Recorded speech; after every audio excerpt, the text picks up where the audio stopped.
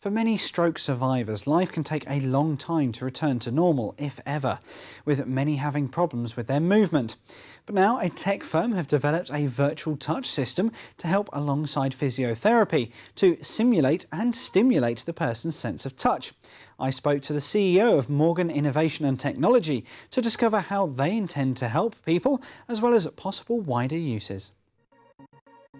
A stroke occurs when the supply of blood to the brain is cut off, and if not fatal, it can leave the sufferer with a number of issues, from speech and memory problems to motor skills and lack of sensation in limbs.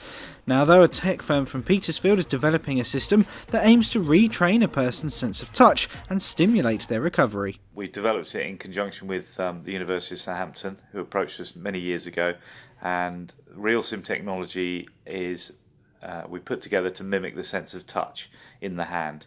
In the thimbles we've got at the end of each finger, which is where the technology is, we can replicate pressure, temperature and vibration. Rehabilitation called neuroplasticity, which is going to retrain the nerve pathways between the fingers and the brain, which stroke survivors often lose when they suffer a stroke. And yes, with the combination of the pressure, temperature and vibration actuators, we can simulate textures, pressure, different levels of pressure, obviously different levels of hot and cold, so we can mimic picking up a warm cup of coffee or a cold can of Coke. The big thing about stroke survivors is they should get regular physio every day, and unfortunately there aren't enough physios, there aren't enough time.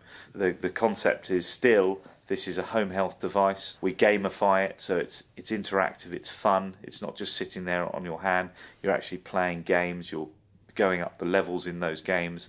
The statistics we've seen is the more physio you get very early on, the more help you get very early on, hugely increases your chance of a better quality of life. Through the development process, new uses for the technology have emerged. The more we looked into it, the more avenues opened up, and huge variety. So the stroke is still the passion project. That's where we really want to help, and that's kind of with the ethos of our company. Medical training is another big area of development that when we're working with a company up in London and a doctor out of the London hospital who's very much into VR, and he wants to use this to really get students immersed in what they're doing. Rather than just seeing an operation in 3D or virtual reality, they can actually touch and feel things while they're training. Military training, they've shown an interest. The obvious one is gaming, so, and certainly VR gaming. We've even had interest from museums, so rather than just seeing a glass box with the Doomsday Book in it or an artefact in it, you can actually touch and feel the texture, and we can mimic the so it just makes the whole experience a lot more immersive. As the design is refined and made more user-friendly, the focus is still on helping people. The glove really fits into why we picked up on this project. It fits into the ethos of our company.